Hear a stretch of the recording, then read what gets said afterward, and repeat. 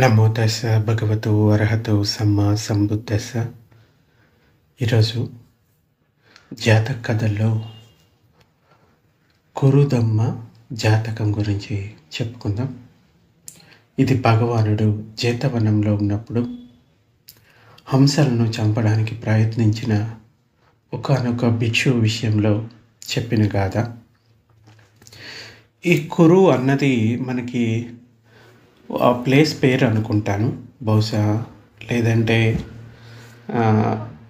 దమ్మ అంటే మామూలుగా శీలము, సమాధి, ప్రజ్ఞ. సో అక్కడ ఉండే ప్రజలు వీటిని ఆచరిస్తారు కాబట్టి అక్కడ కురుదమ్మ అని పిలుస్తారని నేను అనుకుంటున్నాను. మనకి సత్యపట్టణ సుత్తలో కూడా భగవానుడు కురు ప్రాంతంలో ఈ సుత్తాన్ని బోధిస్తున్నాడు. ఇక్కడ ఉండే కురు ప్రజలు శీలాలను ఇప్పుడే కాదు పూర్వం కూడా ఆచరించేవాళ్ళు. వారికి కొంచెం దమ్మం చెప్పినా కానీ చాలా త్వరితంగా అర్థం చేసుకోగలుగుతారు అన్న విషయం మనకి అక్కడ అర్థమవుతుంది. సో ఆ కురు అనే ప్రాంతంలో ఉండే వాళ్ళంతా కూడా శీలాలను ఇప్పుడే కాదు పూర్వం నుంచి కూడా ఆచరిస్తూ వస్తున్నారు అన్నది మనకి ఆ సుత్తాలో భగవానుడు చెప్తాడు.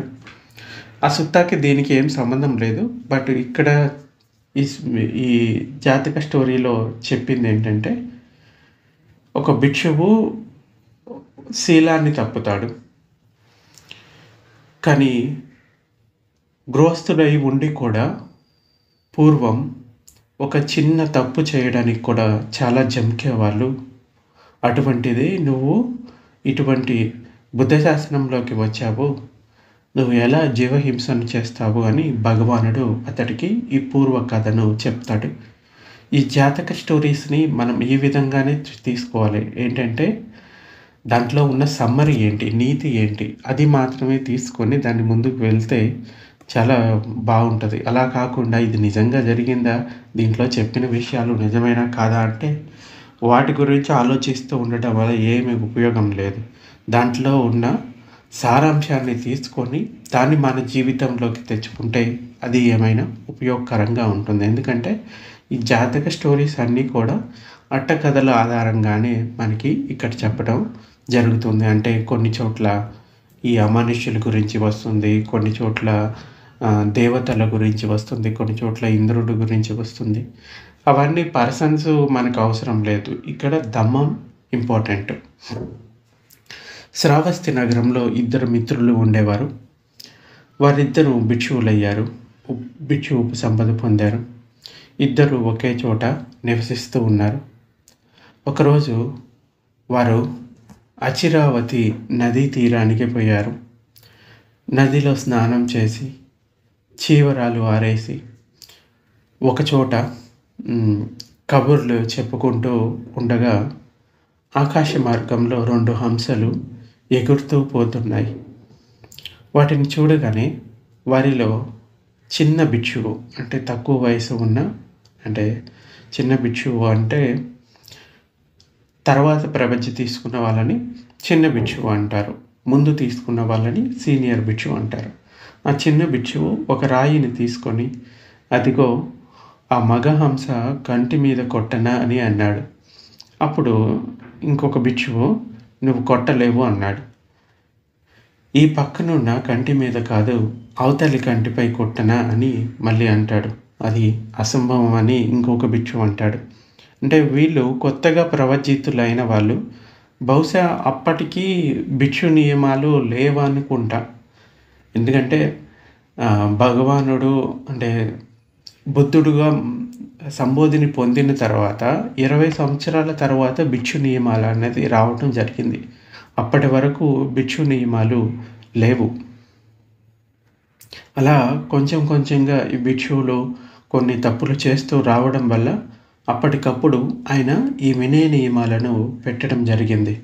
సో అదేవిధంగా ఈ వీళ్ళిద్దరూ ఏదైతే కన్వర్జేషన్ జరుగుతూ ఉందో అప్పటికి నియమాలు లేవనే అనుకుంటున్నాను. ఒకవేళ ఉంటే వాళ్ళకి తప్పకుండా తెలిసి ఉండేది ఏ ప్రాణిని హింసించకూడదు అని.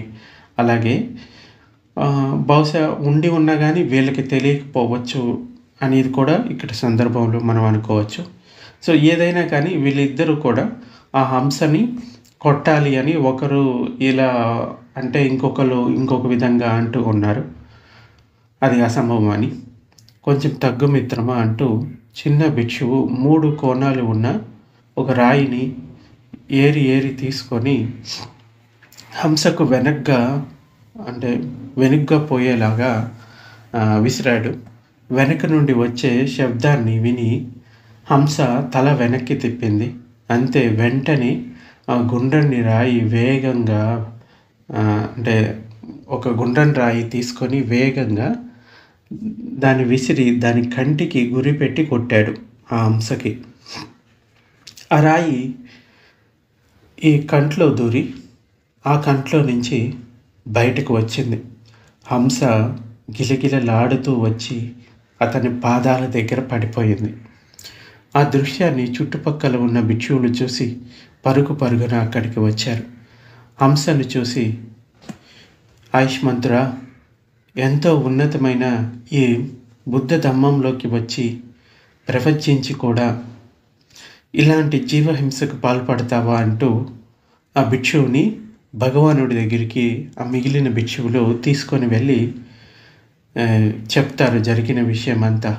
ఆ భిక్షువుతోటి ఇలా అంటాడు భగవానుడు, భిక్షు నిజమేనా, నీవు ప్రాణి హింసకు పాల్పడ్డావా అని అడిగాడు. అవును బంతే, నిజమే అని చెప్తాడు. భిక్షు కళ్యాణకారకమైన ఈ బుద్ధ శాసనంలోకి వచ్చి నీవు ఇలా ఎందుకు చేశావు? పూర్వం కొందరు బుద్ధులు పుట్టక మునిపే సంసారులై గృహస్థ జీవనం చేస్తూ కూడా చిన్న చిన్న అకార్యాలు చేయడానికి వెనుకాడేవారు, గజగజ వణికేవారు. అంటే ఏదైనా ఒక చిన్న తప్పు చేయాలి అంటే కూడా. కానీ ఇప్పుడు నీవు ఏమాత్రం సిగ్గు లేకుండా ఏ కొద్దిగా కూడా కించపడటం లేదు, భయపడటం లేదు. భిక్షు అయిన వారు తప్పక మనస వాచ కర్మన సంయమనం పాటించవద్దా అని చెప్పి అప్పుడు జరిగిన పూర్వ కథను భగవానుడు ఆ భిక్షువుకి వినిపిస్తాడు. పూర్వం కురు అనే రాష్ట్రంలోని ఇంద్రప్రస్థ నగరాన్ని ధనుంజయ కౌరవ్యుడు పాలించేవాడు. బోధిసత్వుడు ఆయన పట్టపు రాణి గర్భాన జన్మించాడు. అంటే ఈ ధనుంజయకి కొడుకుగా జన్మించాడు. పెరిగి పెద్దవాడై తక్షశిలకు పోయి విద్యాభ్యాసం ముగించుకొని వచ్చి యువరాజు అయ్యాడు. ఆ తర్వాత తండ్రి మరణానంతరం బోధిసత్వుడు రాజు అయ్యాడు.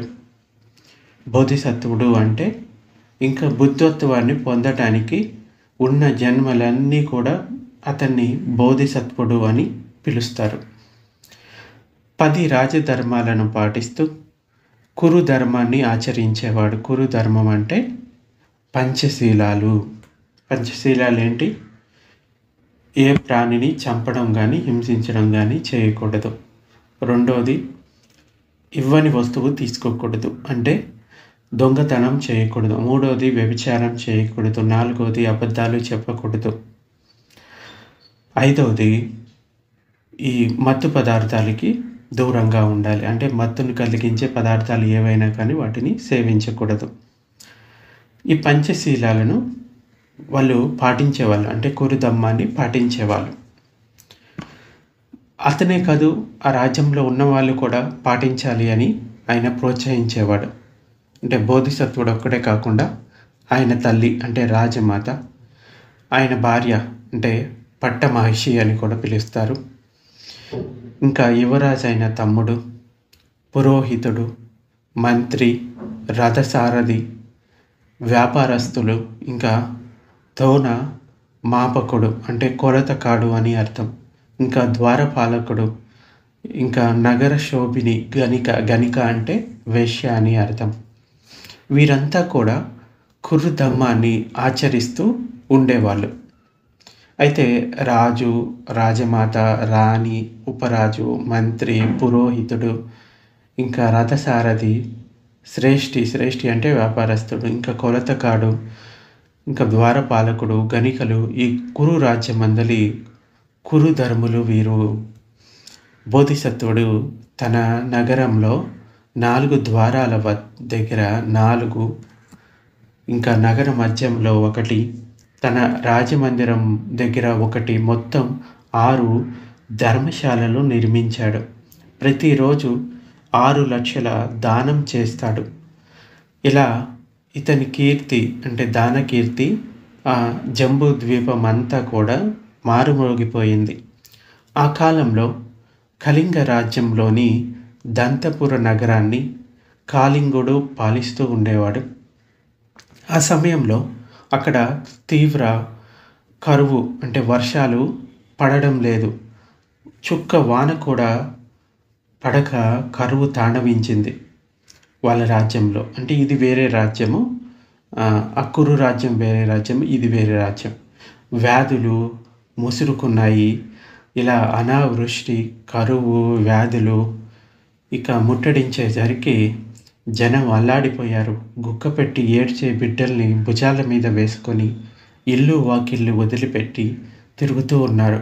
వారంతా కలిసి రాజధాని అయినటువంటి దంతపురికి వచ్చారు. ఇవన్నీ పేర్లు వింటే మనకి ఈ కళింగ అన్నది మనకి అశోకుడు ఒక యుద్ధం జరుగుతుంది కదా, ఈ కళింగ అన్నది మనకి శ్రీకాకుళం ఇంకా ఒరిస్సా బార్డర్లో ఉన్నట్టుగా మనకు తెలుస్తుంది. ఇంకా దంతపురి అన్నది మనకి ఇప్పటికి కూడా ఉన్నట్టు ఉంది బహుశా. సో ఈ రాజభవన ద్వారం దగ్గరికి పోయి విలపిస్తూ ఏడుస్తూ పెద్ద పెద్దగా అరుస్తూ ఉన్నారన్నమాట. రాజు ఆ ఆర్తనాదాలు విని ఏమిటి, ఎవరు అలా ఆక్రోశిస్తూ ఉన్నారు అని అడిగాడు. అప్పుడు అక్కడున్న వాళ్ళు చెప్తారు, మహారాజా, మన రాజ్యమంతా అల్లకల్లోలంగా ఉంది. 3 రకాల భయాలతో ప్రజలు అలమటిస్తూ ఉన్నారు. వానలు లేక పొలాలు ఎండిపోయాయి. దానివల్ల రోగాలు చుట్టుముట్టాయి. ప్రజలు ఇల్లు వాకిళ్ళు వదిలేశారు. ఆకలితో, రోగాలతో కృషించిపోతున్న బిడ్డల్ని చేతుల మీద వేసుకొని తమరి దగ్గరికి వచ్చి పడుతున్నారు. ఈ పరిస్థితి పోవాలి అంటే ముందు వానలు పడాలి అని అక్కడున్న మంత్రులు చెప్తారు. అయితే ఇలాంటి పరిస్థితుల్లో వాన పడటం కోసం ఇంతకు ముందున్న రాజులు ఏం చేసేవారు అని ఆ రాజు అడిగాడు. దాన ధర్మాలు చేసేవారు, ఇంకా ఉపవాస దీక్షలు చేసేవారు, శీలం పాటించేవారు, దర్భగడ్డి మీద 7 రోజులు పడుకునేవారు. ఇలా చేస్తే వర్షాలు పడేవి అని వాళ్ళు చెప్తారు. అయితే మంచిది అని రాజు కూడా అలాగే చేశాడు. కానీ వాన జాడలేదు. అప్పుడు మంత్రులతో రాజు ఇలా అంటాడు, నేను చేయాల్సింది చేశాను, కానీ వానలు పడలేదు, ఇంకేం చేయాలి అని అడుగుతాడు. మహారాజా, ఇంద్రప్రస్థ నగరాన్ని పాలించే కురురాజు ధనుంజయుని దగ్గర అంజనవర్ణి అనే పట్టపు ఏనుగు ఉంది. దాన్ని మన రాజ్యానికి తేగలిగితే వర్షాలు పడతాయని వాళ్ళు ఏదో సలహా ఇస్తారు. అయితే కురురాజు మహాసేన కలవాడు కదా, సైనిక బలంతో పాటు రథబలం కూడా ఉంది. కాబట్టి అతన్ని ఓడించడం, ఆ ఏనుగుని తీసుకొని రావడం చాలా కష్టం, కుదిరే పని కాదు అని రాజు అంటాడు. కురురాజు ఎవరు అంటే బోధిసత్వుడు. అయితే వాళ్ళు చెప్తారు, మహారాజా, అంతవరకు పోనవసరం లేదు. యుద్ధం వరకు కురురాజు మహాదాత, అడిగింది లేదనడు. ఇమ్మంటే రత్నకిచిత కిరీటాన్ని ధరించి అభిషక్తమైన తన తలను కూడా ఖండించి ఇవ్వగలడు. తన సమస్త రాజ్యాన్ని ధారపోయగలడు, దానాన్ని ఇవ్వగలడు. అలాంటిది దాత అంటే ఆ బోధిసత్వుడు. ఏనుగు విషయం గురించి అంతగా ఆలోచించాల్సిన పని లేదు, అడిగితే ఆయనే దానం చేస్తారు అని ఆ మంత్రులు చెప్తారు. అయితే ఆయన దగ్గరకు పోయి అడిగి దాన్ని తేగల వారెవరు అంటే ఇంకెవరు, పురోహితులు, బ్రాహ్మణులు ఉన్నారు కదా మహారాజా అని మంత్రులు అంటారు. రాజు వెంటనే బ్రాహ్మణ గ్రామం నుండి 8 మంది బ్రాహ్మణుని పిలిపించాడు. వారికి సన్మాన సత్కారాలు చేశాడు. కురురాజు పట్టపుటేనుగుని అడిగి తీసుకురమ్మని వాళ్ళని పంపిస్తాడు. వారు కావలసిన ధనాన్ని తీసుకున్నారు. ప్రయాణానికి అనుకూలమైన వేషం ధరించారు. పగలంతా ఆగకుండా ప్రయాణం సాగిస్తూ రాత్రిపూట మాత్రమే విశ్రాంతి తీసుకుంటూ చాలా త్వరగా ఇంద్రప్రస్థం చేరారు. అక్కడ నగర ద్వారం దగ్గర ఉన్న ధర్మశాలలో బస చేశారు. రాజుగారు దానశాలకు ఎప్పుడు వస్తారు అని అక్కడ ఉన్న వారిని బ్రాహ్మణులు అడుగుతారు. పక్షానికి 3 సార్లు చతుర్దశి నాడు, ఇంకా పున్నమి నాడు, ఇంకా అష్టమి నాడు వస్తారు. రేపు పున్నమి కదా, రేపే వస్తారు అని వాళ్ళు చెప్తారు అక్కడ ఉండేవాళ్ళు. ఆ మరునాడు తెల్లవారుజామునే లేచి తయారై అందరికంటే ముందే పోయి ముందరి ద్వారం దగ్గర వీళ్ళు నిలబడి ఉంటారు. బోధిసత్వుడు పెందల కాడనే లేచాడు, స్నానమాచరించాడు.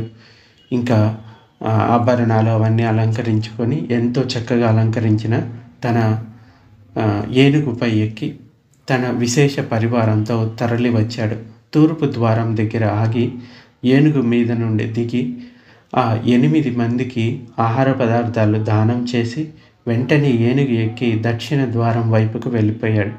ఆ బ్రాహ్మణులకి రాజు వెంట సైనికులు చాలామంది ఉండడంతో రాజుగారితో మాట్లాడేందుకు అవకాశం దొరకలేదు.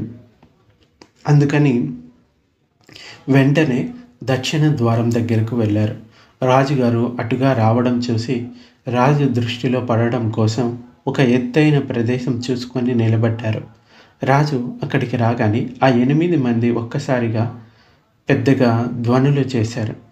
వారి ధ్వనులు విన్న రాజు, అంటే శబ్దాలు, తన చేతిలో ఉన్న వజ్ర అంకుశంతోటి ఏనుగుని పొడిచాడు. అది ఆగింది అక్కడే. రాజు దిగి వచ్చి, ఓ బ్రాహ్మణులారా, మీకు ఏం కావాలి అని అడిగాడు. అప్పుడు వారు బోధిసత్వుడి గుణగణాలని కీర్తిస్తూ చెప్తారనమాట. మీరు శీల సంపదను కలిగి ఉన్నారు, శ్రద్ధా గుణం కలిగి ఉన్నారు మహారాజా. మీ దగ్గర ఉన్న అంజనవర్ణి ఏదైతే ఏనుగు ఉందో అది మహారాజా మాకు ఇవ్వండి అని మేము కళింగకు తీసుకొని పోతాము. అది మాకు బంగారాన్ని ఇస్తుంది, అంటే పాడి పంటలు వర్ధిల్లేలా చేస్తుంది అని చెప్తారు. ఇంకా, ఓ రాజా, మేము మీ శీలగుణ సంపద, శ్రద్ధా సంపద విని వచ్చాము. మీరు మీ భద్రగజమైన అంజనవర్ణిని మాకు దానం చేయండి. మేము దానిని తీసుకుని పోయి కళింగ రాజుకి ఇచ్చి ఆయన దగ్గర నుండి తగినంత బంగారాన్ని తీసుకుంటాము అని ఇంకొక అర్థం అన్నమాట.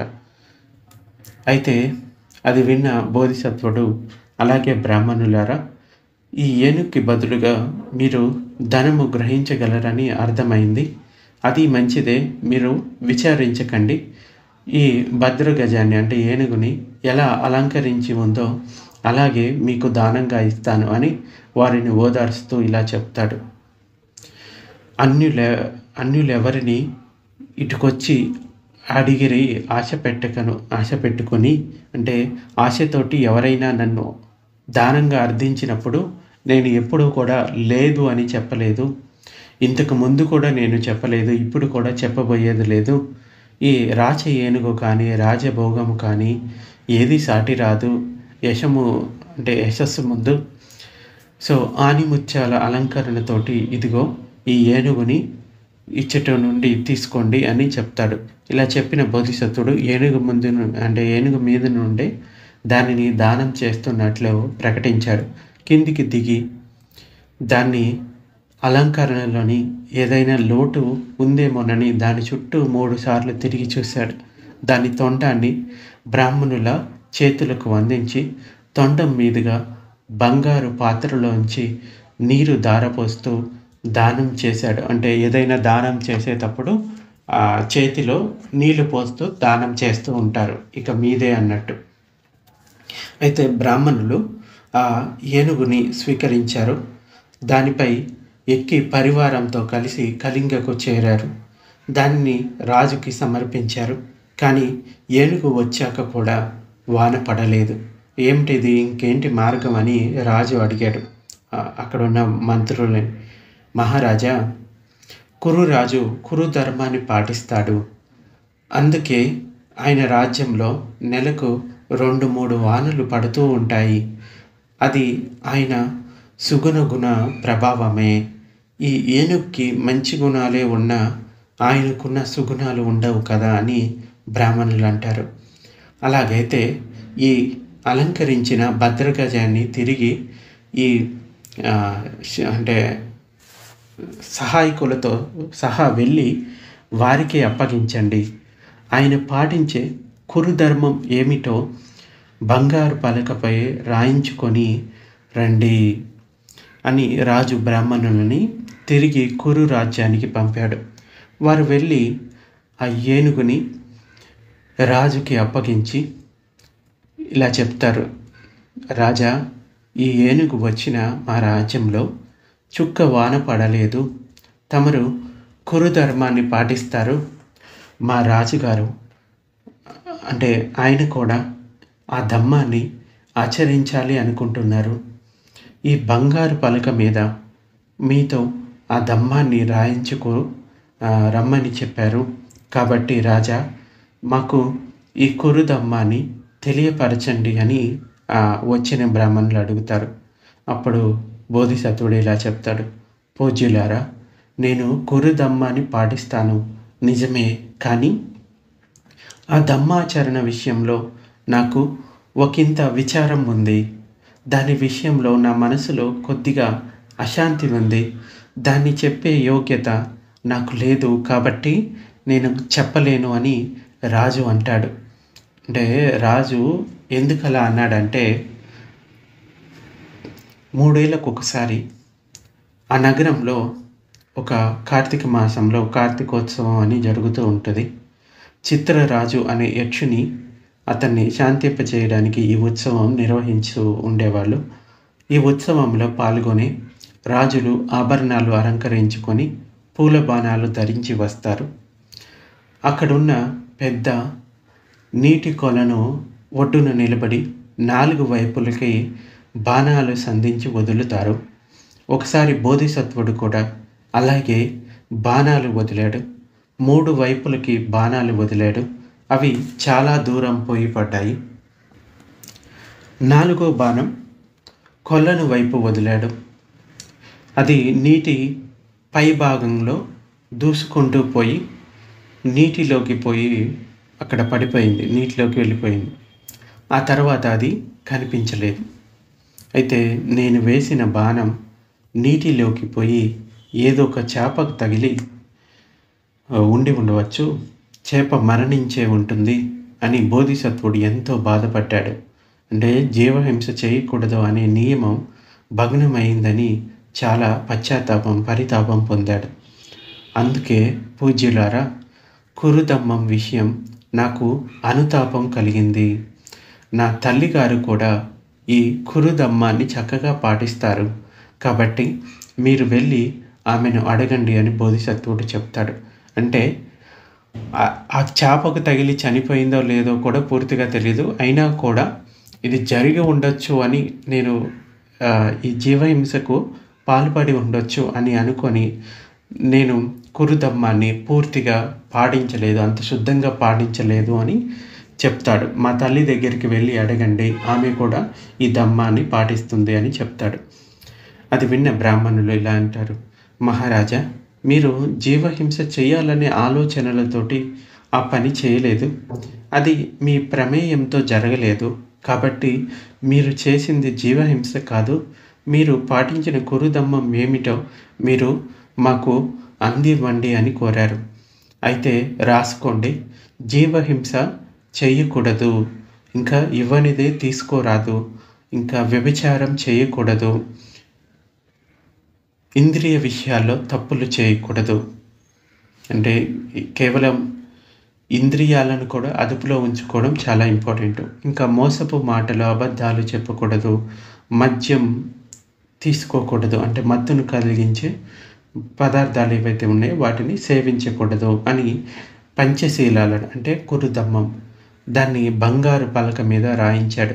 రాయించాక కూడా నాకు ఈ విషయంలో పరిపూర్ణత లేదు, సంతృప్తి లేదు. మీరు వెళ్ళి నా తల్లి దగ్గర కురుధమ్మాన్ని స్వీకరించండి అని బోధిసత్వుడు చెప్తాడు. అంటే ఒక చిన్న సందేహం ఉన్నా కానీ నాకు ఆ రోజు ఆ చేపకు తగిలి అది చనిపోయి ఉండొచ్చు అని సందేహం ఉంది కాబట్టి నేను కురుధమ్మాన్ని పరిపూర్ణంగా పాటించలేదనుకుంటా. నా తల్లి దగ్గరికి వెళ్ళి మీరు ఎందుకైనా మంచిది ఆ ధర్మాన్ని గ్రహించండి అని చెప్తాడు. వారు రాజుకు నమస్కరించి అక్కడ సెలవు తీసుకొని ఇక రాజమాత దగ్గరికి వెళ్ళి నమస్కరించి ఇలా అంటారు, రాజమాత, మీరు కురుధమ్మాన్ని పాటిస్తున్నారు, దాన్ని మాకు ఉపదేశించండి అని అడిగారు. మంచిది, నేను నిజంగానే కురుధమ్మాన్ని పాటిస్తున్నాను, కానీ దాని విషయంలో నాకు ఒకంత విచారం ఉంది, నా మనసులో కొద్దిగా అశాంతి ఉంది, ఆ ధర్మ ఆచరణ పట్ల నాకు పూర్తిగా సంతృప్తి లేదు, కాబట్టి నేను వాటిని చెప్పలేను అని రాజమాత అంటుంది. అంటే ఈమె కూడా ఒక చిన్న సందేహంతో ఉంటుంది. అదేంటంటే ఆమెకు 2 కుమారులు, పెద్దవాడు బోధిసత్వుడు, తను రాజుగా ఉన్నాడు, రెండవవాడు యువరాజు. ఒకసారి ఒక రాజుగారు బోధిసత్వునికి అంటే ఒకరోజు రాజుగారు బోధిసత్వునికి లక్షల విలువ చేసే చందన గంధాల్ని ఇంకా 1000 నాణాలు విలువ చేసే బంగారు హారాన్ని కానుకగా పంపాడు. అంటే పెద్దవాడికి.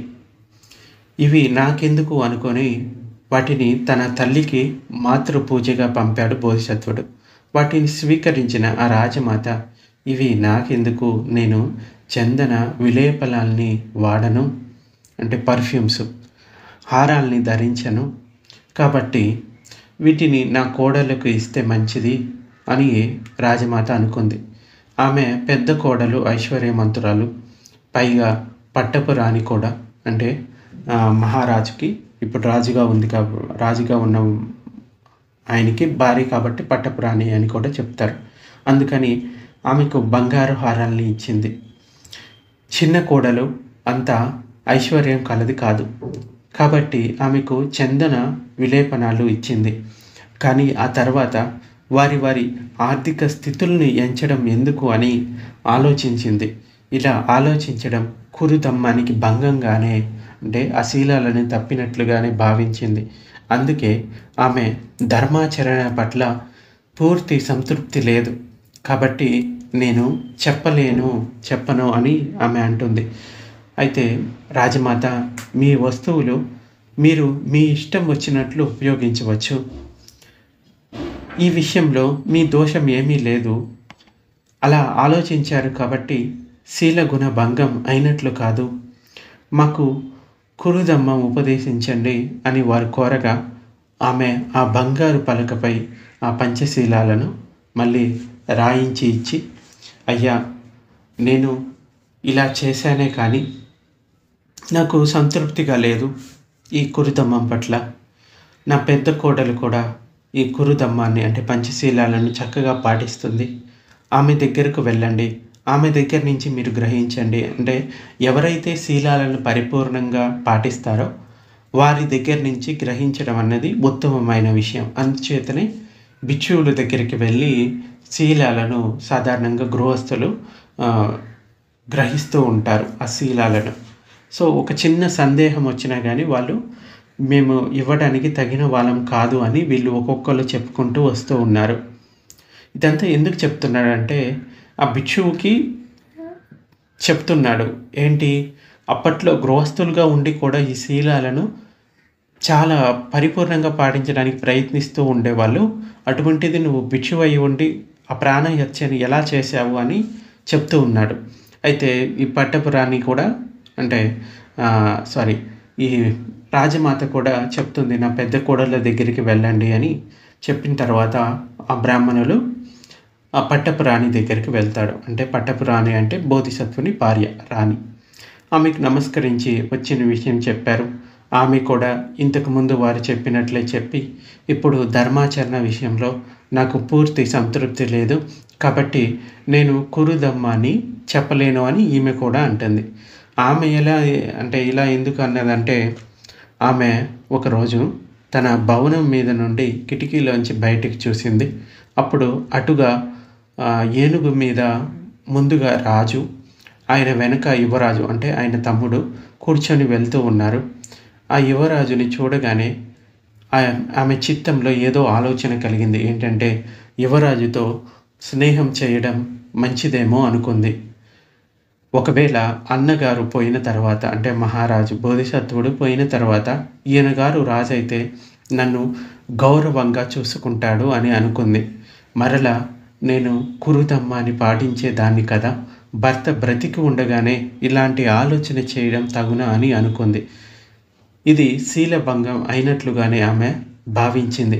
అందుకే ఆమె నేను కురుదమ్మ అని చెప్పడానికి తగను అని చెప్పింది. అప్పుడు వారు ఇలా అంటారు బ్రాహ్మణులు, రాణి అంటే మనసులో తలుపు వచ్చినంత మాత్రాన దురాచారం కాదు, మీ విషయంలో ధర్మాన్ని తప్పినట్లు కాదు, శీలం భంగమైనట్లు కాదు, కాబట్టి మాకు ఈ కురుదమ్మాని చెప్పండి అని అర్థించారు. అప్పుడు ఆమె బంగారు పలకపై ఆ కురుదమ్మాని రాసింది. ఎందుకైనా మంచిదని ఇలా చెప్తుంది, అయ్యలారా నేను కురుదమ్మాని రాశానే కానీ తృప్తి లేదు, యువరాజు కురుదమ్మాని చక్కగా పాటిస్తాడు, కాబట్టి మీరు ఆయన దగ్గరకు వెళ్ళండి అని రాణి చెప్పి పంపిస్తుంది. వారు యువరాజు దగ్గరకు వెళ్ళారు. ఆయనకు నమస్కరించి విషయమంతా చెప్పారు. ఆ యువరాజు కూడా మిగిలిన వారి మాదిరిగానే నేను కూడా కురుదమ్మాని చెప్పడానికి యోగ్యుని కాదు, చెప్పలేను అని చెప్పాడు. ఆయన ఎందుకు అంటే ఆ యువరాజు ఎందుకు ఇలా అన్నాడంటే ఆయన సాధారణంగా సాయంకాలం వేళలో రాజును కలుసుకోవడానికి వెళ్తాడు. అక్కడికి వెళ్ళినప్పుడు అక్కడే ఉండి రాజుతో పాటు భోజనం చేసి అక్కడే ఆ రాత్రికి ఉండవలసి వస్తే రథానికి ఉన్న పగ్గాన్ని, గుర్రాన్ని, తోలే కొరడాన్ని, ఇంకా రథం కాడిని విప్పి వాటిని ఒక పక్కగా దూరంగా పెట్టి వెళ్తాడు. అలా పెట్టి వెళ్తే ఇప్పుడే తిరిగి రాడు, తెల్లవారుజామునే వస్తారు అని అర్థం. అలా కాకుండా కాడి విప్పకుండా పగ్గాన్ని కొరడాన్ని రథంలోనే పెట్టి వెళ్తే వెంటనే తిరిగి వస్తాడు అని అర్థం. ఆ చిహ్నాలని బట్టి ఆయన పరివారం అక్కడే వేచి ఉండటమో లేక వెళ్ళిపోవడమో చేస్తూ ఉంటారు. ఒకసారి యువరాజు తిరిగి వచ్చేద్దాం అనుకొని రాజమందిరానికి వెళ్ళాడు. ఆయన వస్తారు కదా అనుకొని పరివారం ఆయన కోసం ఆ రథం దగ్గరే వేచి చూస్తూ నిలబడి ఉన్నారు. ఇంతలో మబ్బులు పట్టాయి, వర్షం మొదలుపెట్టింది, వదలకుండా పడుతూనే ఉంది వర్షం. దాంతో యువరాజు ఆ రాత్రి అక్కడే ఉండిపోయాడు. తర్వాతి రోజు తెల్లవారుజామున వచ్చి చూస్తే ఆయనతో పాటు వచ్చిన పరివారం అంతా తెల్లవార్లు ఆ వానలో తడుస్తూ అక్కడే నిలబడి ఆయన కోసం వేచి చూస్తూ గడిపారు. అప్పుడు ఆ యువరాజు తనలో ఇలా అనుకుంటాడు, నేను కురుదమ్మాని పాటించేవాణ్ణి, కానీ ఈరోజు ఇందరిని కష్టపెట్టాను కాబట్టి శీలభంగం అయినట్లే అని అనుకున్నాడు. ఆ విషయం చెప్తూ కాబట్టి నేను కురుదమ్మాని చెప్పడానికి అర్హుణ్ణి కాను, అందుకే చెప్పలేను అని ఆ బ్రాహ్మణులతోటి అంటారు. అప్పుడు వాళ్ళు ఇలా అంటారు, యువరాజా నిజంగా పరివారాన్ని కష్టపెట్టాలని అనుకొని మీరు ఇలా చేయలేదు కదా, ఆ కర్మ మీ సంకల్పం కాదు, సంకల్పంతో చేయనిది కర్మ కూడా కాదు, ఇంత చిన్న విషయానికి మీరు బాధపడ్డారు అంటే మీ శీలభంగం అయినట్లు కాదు, అంటే బాధపడుతూ ఉన్నారంటే మీ శీలభంగం అయినట్లు కాదు, కాబట్టి మాకు కురుదమ్మం అనుగ్రహించండి అని వేడుకున్నారు. ఆయన చెప్పగా వారు బంగారు పలకపై కురుదమ్మాని రాసుకున్నారు. అప్పుడు ఆ యువరాజు చెప్తూ ఉన్నాను కానీ నాకు అంత సంతృప్తిగా లేదు, మా పురోహితుడు ఈ దమ్మాని సక్రమంగా అనుసరిస్తాడు, ఆయన దగ్గరికి వెళ్ళి తెలుసుకోండి అని చెప్పాడు. వారు యువరాజుకి నమస్కరించి ఇక పురోహితుడి దగ్గరికి వెళ్ళారు. ఆయనకి విషయం చెప్పారు. ఆయన వెనకటి మాదిరిగానే అంటే వాళ్ళు చెప్పినట్లుగానే నాకు కురుదమ్మాల్ని ఆచరించడంలో కొద్దిగా అలసత్వం కలిగింది, కాబట్టి నేను కూడా చెప్పలేను అని అంటాడు. పురోహితుడు ఎందుకు అలా అన్నాడు అంటే ఒక రోజున ఆ పురోహితుడు రాజుని దర్శించుకోవడానికి పోతూ ఉన్నాడు. దారిలో ఉదయించే సూర్యునిలా ఎర్రగా దగదగలాడుతూ ఒక రథం కనిపించింది. ఇదెవరిది అని ఆ పురోహితుడు అడిగాడు. ఇది మన మహారాజు గారికి కానుకగా వచ్చింది అని రాజపరివారం చెప్తారు. ఆ రథాన్ని చూసిన పురోహితుడు తనలో ఇలా అనుకుంటాడు, నేను పెద్దవాణ్ణి అయిపోయాను, రాజుగారు నాకు ఈ రథాన్ని కానీ ఇచ్చినట్లయితే సుఖంగా తిరుగుతూ గడపవచ్చు అని అనుకుంటాడు. రాజుగారి దగ్గరికి పోయి జయం జయం అని పలుకుతూ ఉన్నప్పుడే ఆ రథాన్ని రాజుగారి ముందుకు తెచ్చారు. ఆ రథాన్ని తెచ్చి పరివారంతో ఇలా అంటారు, ఈ రథం చాలా అందంగా ఉంది, దాన్ని మన పురోహితునికి ఇవ్వండి అన్నాడు రాజు. కానీ పురోహితుడు వద్దని చెప్తాడు. రాజు ఎన్నిసార్లు అడిగిన పురోహితుడు దాన్ని స్వీకరించలేదు.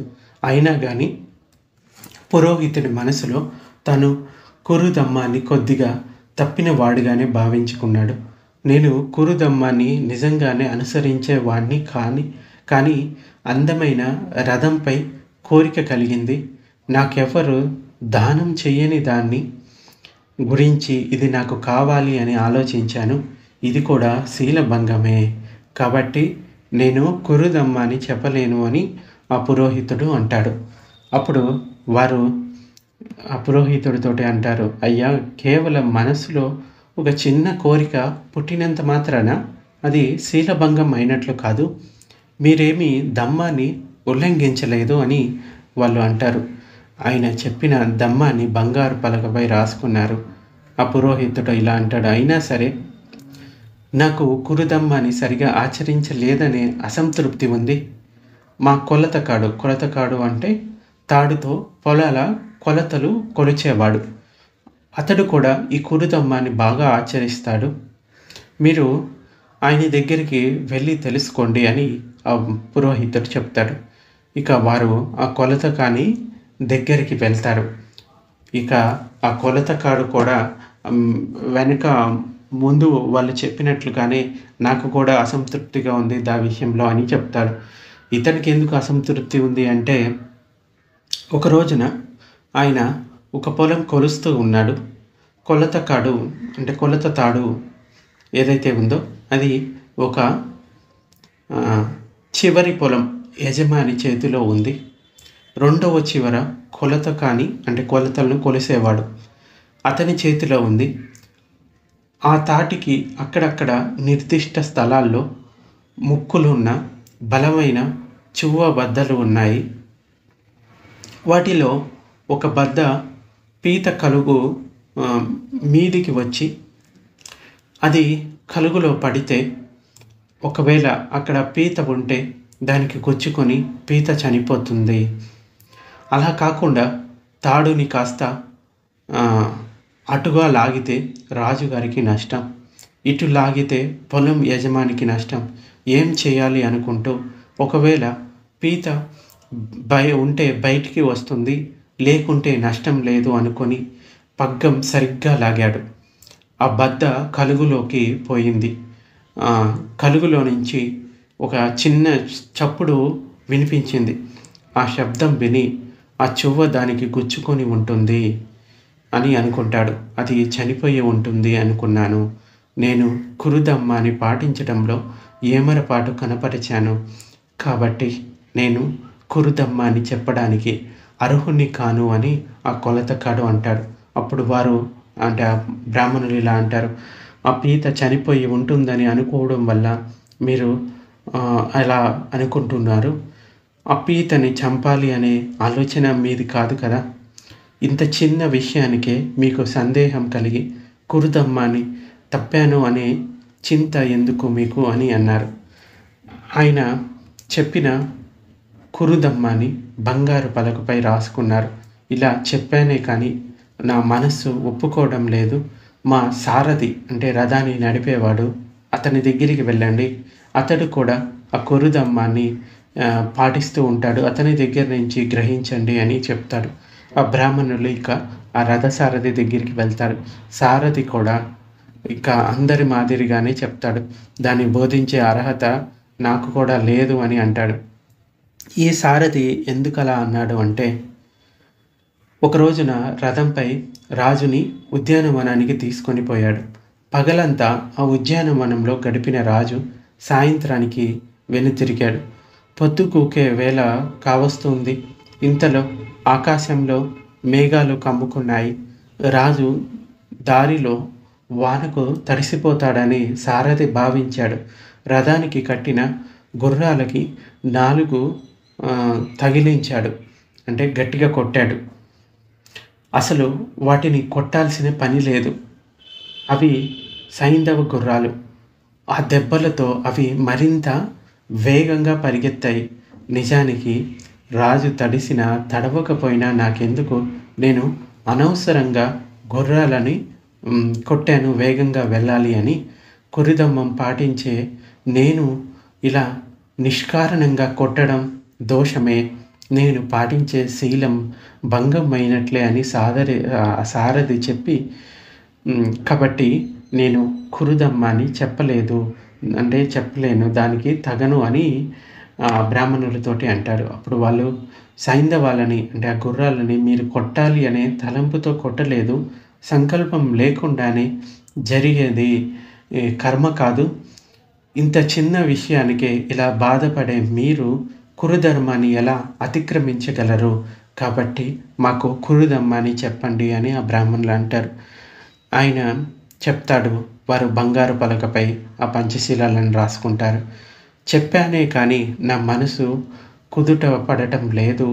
మా శ్రేష్ఠి అంటే వ్యాపారికి, ఆయనకి కూడా కురుదమ్మం గురించి బాగా తెలుసు, ఆయన దగ్గరికి వెళ్ళండి అని చెప్పాడు. వారు ఆ వ్యాపారస్తుడి దగ్గరికి వెళ్ళారు.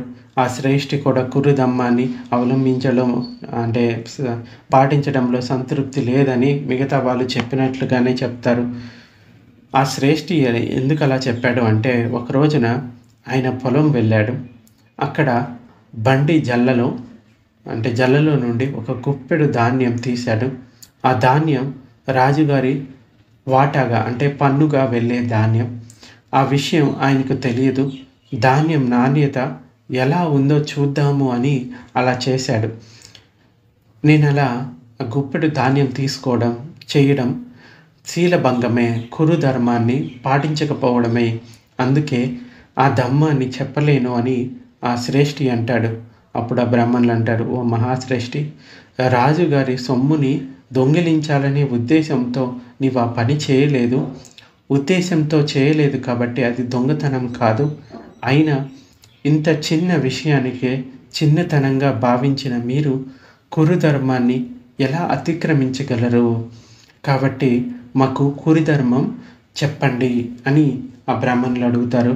ఆయన వాళ్ళకి ఆ పంచశీలాల గురించి చెప్తాడు. వాళ్ళు కూడా బంగారు పలకపై రాసుకున్నారు.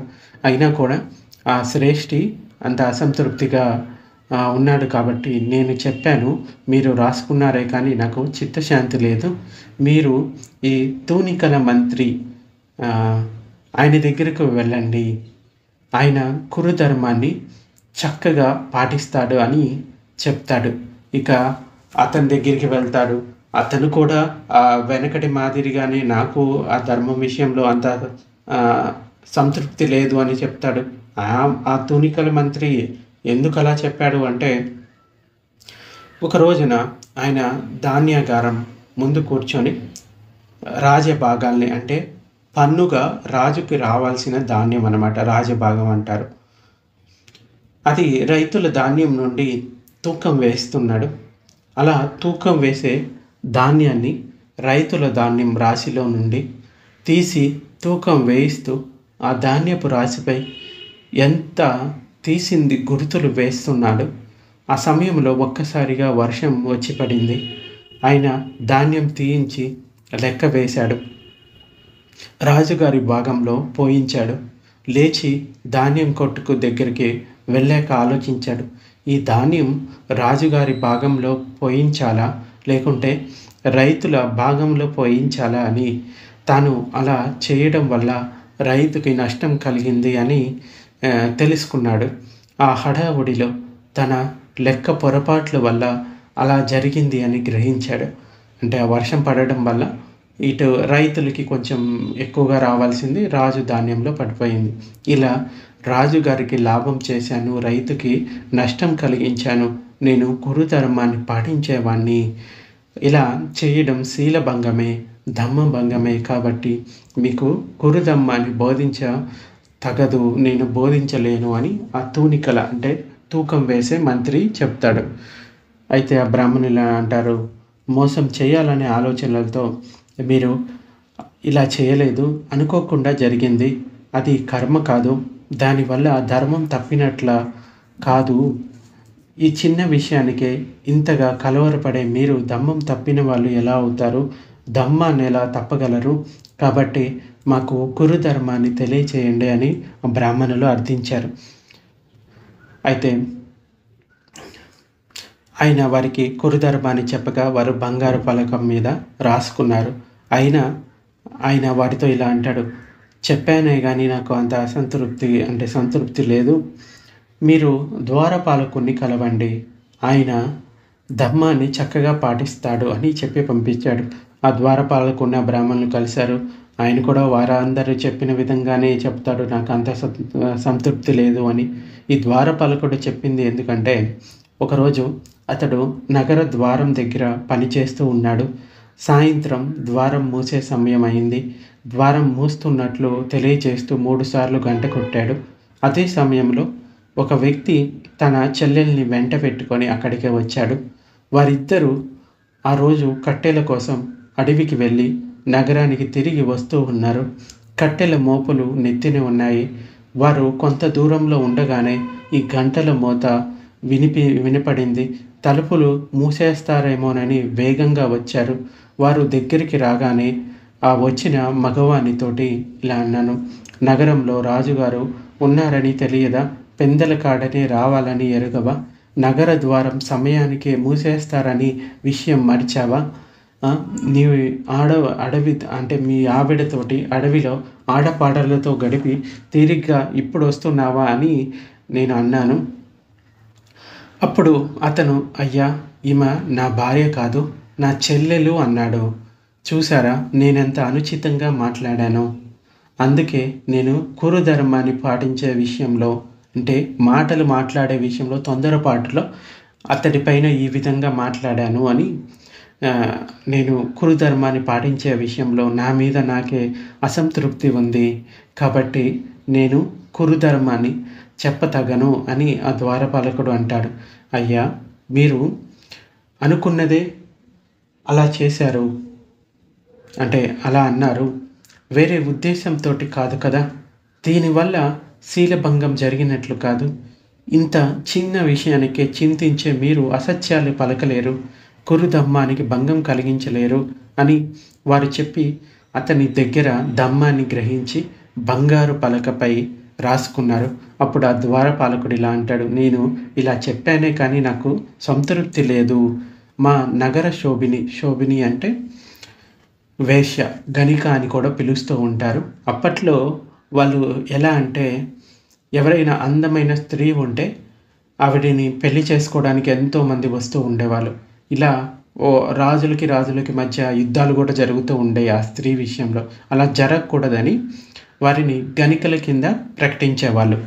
అలా ప్రకటించిన తర్వాత ఆమె ఇష్టపూర్వకంగా ఎవరినైతే స్వీకరిస్తుందో ఆ రోజు ఆవిడతోటి గడపవచ్చు అన్నమాట. సో అంటే ఆమెకి ఇష్టం ఉంటేనే వాళ్ళతోటి గడుపుతుంది, లేకపోతే గడపదు. ఆమె కురుధమ్మాని చక్కగా పాటిస్తుంది, ఆమె దగ్గరకు వెళ్ళండి అని చెప్పి ఆ ద్వారపాలకుడు ఆమె దగ్గరికి పంపాడు. వారు ఆ గణిక దగ్గరికి వెళ్ళారు. బ్రాహ్మణులు దమ్మాన్ని చెప్పమని వేడుకున్నారు. ఆమె కూడా వారికి తాను దమ్మాన్ని చెప్పడానికి తగను అని చెప్పింది. ఆమె ఎందుకు ఎలా చెప్పింది అంటే, ఒక రోజున ఒక దేవరాజైన శక్రుడు, దేవతల రాజు ఇంద్రుడు అని చెప్తారు. ఇందాక ముందుగానే చెప్పుకున్నాను, ఇట్లా పేర్లు వచ్చినప్పుడు ఆ పేర్లతోటి మనకు సంబంధం లేదు, ఆ సారాంశాన్ని మనం తీసుకుంటే సరిపోతుంది అని చెప్పాను. సో దేవరాజైన శక్రుడు ఆమె శీలాన్ని పరీక్షించాలి అనుకున్నాడు. యువకుని వేషంలో ఆమె దగ్గరికి వచ్చాడు. నేను నీ కోసం ఆ రాత్రికి వస్తాను అని చెప్పి ఆమెకు 1000 నాణేలు ఇచ్చి వెళ్ళిపోయాడు. 3 సంవత్సరాలు అయినా అతడు రాలేదు. అతడి దగ్గర సొమ్ము తీసుకొని మరొకరి దగ్గర అడగడం తప్పుగా భావించింది. ఈ 3 ఏళ్లలో ఎవరిని దగ్గరికి రానివ్వలేదు.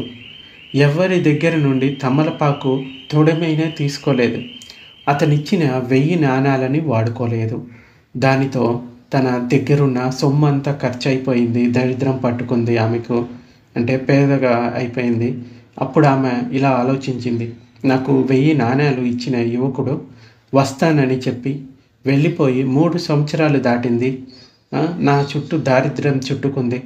తిండికి కూడా తిప్పలు పడటం తప్పడం లేదు. కాబట్టి ఈ విషయాన్ని న్యాయాధిపతులకు చెప్పాలి అని ఆమె న్యాయాధికారి అయిన మహామంత్రి దగ్గరికి పోయి, అయ్యా, నాకు ధనం ఇచ్చిన యువకుడు వెళ్ళిపోయి 3 ఏళ్ళు అయిపోయింది. ఇంతవరకు తిరిగి రాలేదు. అసలు అతను ఉన్నాడో లేడో కూడా తెలియదు. నాకు బ్రతుకు సాగడం లేదు. నేను ఇప్పుడేం చేయాలి అని ఆ న్యాయాధీశుని అడిగింది. ఇక 3 ఏళ్ళైనా రాకపోతే నువ్వేం చేస్తావు? తప్పు లేదు, అతనిచ్చిన ధనాన్ని ఉపయోగించుకో అని వాళ్ళు తీర్పు ఇచ్చారు. ఆ తీర్పు విని ఆమె న్యాయస్థానం బయటకు రాగానే ఒక యువకుడు అక్కడే నిలబడి ఉండి ఆమెకు 1000 నాణేల సంచిని చూపించాడు. ఆమె ఆ ధనం అందుకోవడానికి చెయ్యి మెల్లగా ముందుకు చాచబోయింది. అంతలో 3 ఏళ్ల క్రితం 1000 నాణాలు ఇచ్చిన సక్రుడు, అంటే యువకుడి రూపంలో వచ్చాడు కదా, అతడు వచ్చి ఆమె దగ్గరికి వస్తూ కనిపించాడు. అతన్ని చూడగానే చాచబోయిన చెయ్యిని వెనక్కు లాక్కొని ఆ యువకుడితోటి ఇలా అంటుంది, నీ ధనంతో నాకేం పని అని అంటుంది.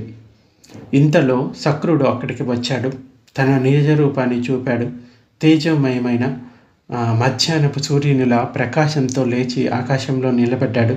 అది చూడ్డానికి జనం అక్కడికి వచ్చి గుమిగూడారు. ఆ జన సమూహంలో ఉన్న సక్రుడు ఇలా అంటాడు, నేను ఈమెను పరీక్షించడానికి 1000 నాణాలు ఇచ్చి 3 ఏళ్ళు అయిపోయింది. శీలవంతులు ఎవరైనా ఈమెల శీలాన్ని కాపాడుకోవాలి అని చెప్పి ఆమెకి 7 రత్నాలు ఇచ్చి ఇక నుండి మర్యాదగా జీవించు, అంటే గణిక వ్యాపారం వద్దు అని చెప్పి దేవలోకం వెళ్ళిపోయాడు. అయినా నేను మొదటి దానిని సేవించకుండానే రెండో వాడు ఇచ్చే ధనాన్ని తీసుకోవాలనుకున్నాను. కాబట్టి నేను కురుదమ్మాన్ని తప్పినట్లే. కాబట్టి మీకు దమ్మాని చెప్పలేను అని ఆ గణిక అంటుంది. మీరు అలా చేయడం శీలభంగం కాదు. మీరు ఎంతో శీలవంతురాలు, శీల పరిశుద్ధులు, మాకు దమ్మం చెప్పండి అని బ్రాహ్మణులు అడుగుతారు. ఆమె నుండి ఆ కురుదమ్మాన్ని స్వీకరించి దాన్ని బంగారు పలక మీద రాసుకున్నారు. ఇలా ఆ 11 మంది దగ్గర నుండి ఆ కురుదమ్మాని, అంటే పంచశీలాలను గ్రహించిన బ్రాహ్మణులు ఇక వారి కళింగ రాజ్యానికి దంతపురికి చేరారు. కళింగ రాజుకి ఆ బంగారు పలకను ఇచ్చి అక్కడ జరిగిన సంగతులన్నీ చెప్పారు. అంటే వాళ్ళు శీలాలను ఎలా పాటిస్తూ ఉన్నారు, ఒక చిన్న దోషానికి కూడా వాళ్ళు ఎంతో పశ్చాత్తాపం చెందుతున్నారు, అది చేయకుండా ఉంటే బాగుండేది అని. సో అంత మంచిగా శీలాలను పాటిస్తూ పరిశుద్ధులుగా ఉంటున్నారు అని బ్రాహ్మణులు రాజుకు చెప్తారు.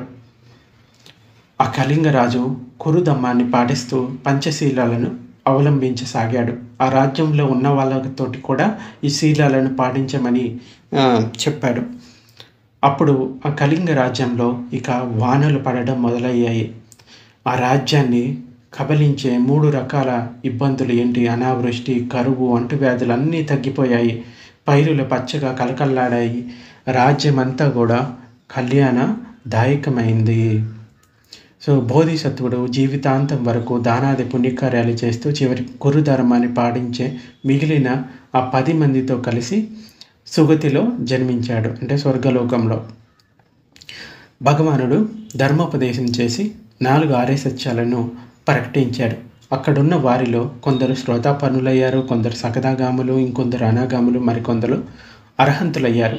సో ఈ జాతక సారాంశాన్ని చెప్తూ ఇలా చెప్తాడు, ఆనాటి రాజగణిక నేటి ఉత్పలవర్ణ భిక్షుని, ఆనాటి పుణ్యుడే, అంటే ఇప్పటి పుణ్యుడే అప్పటి ద్వారపాలకుడు, భూమి కొలిసే మంత్రి ఇప్పుడు బిక్కు కచ్చాయినుడు, ఇక మొగ్గలాయనుడు తూనిక అంటే తూకం వేసే మంత్రి గారు, నేటి సారిపుత్రుడే నాటి వ్యాపారస్తుడు అంటే శ్రేష్ఠి. ఇక అశ్వరథ సారథి అనిరుద్ధుడు. ఇక పురోహితుడు మహాకశ్యపు బంతే అంటే మహాకశ్యప్ తేరుడు. ఇంకా అప్పటి ఉపరాజుగా ఎవరైతే ఉన్నారో అంటే యువరాజు అతడే నందుడు ఈనాటి. ఇక రాహుల మాతయే రాజు యొక్క పట్టపు మహిషి. ఇక రాణి మహామాయాదేవి రాజమాత. ఇక కురురాజుగా ఉన్నది బోధిసత్వుని నేనే అని ఈ జాతక సారాంశాన్ని చెప్తాడు. ఈ విధంగా భిక్షువుకి చెప్తాడనమాట. అప్పుడు గృహస్థులుగా ఉండి కూడా ఒక చిన్న శీలాన్ని తప్పడానికి కూడా చాలా అంటే అసంతృప్తిగా ఉండేవాళ్ళు. సో విలవిల్లాడిపోయేవాళ్ళు. శీలం తప్పడం అంటే భయంతో ఉండేవాళ్ళు. కానీ నువ్వు భిక్షువుగా మారి బుద్ధ శాసనంలోకి వచ్చి నువ్వు ఆ హంసల్ని ఎలా కొట్టావు అని చెప్పిన తర్వాత తన తప్పుల్ని ఆ భిక్షువు తెలుసుకొని ఆ తర్వాత మారిపోతాడు. సో ఈ విధంగా కురుధమ్మాన్ని అంటే పంచశీలాలను ఆచరించడంలో జాగ్రత్త వహించాలి. ఇవన్నీ కూడా కొన్ని ఎగ్జాంపుల్స్గా మనం తీసుకోవచ్చు. వాళ్ళు శీలాలను ఎంత స్ట్రాంగ్గా ఆచరించేవాళ్ళు అని. సో అలా స్ట్రాంగ్గా ఆచరించడం వల్లనే వాళ్ళంతా కూడా అర్హంత స్థితికి దగ్గరగా వచ్చారు. సో ఇది ఈరోజు ప్రవచనం.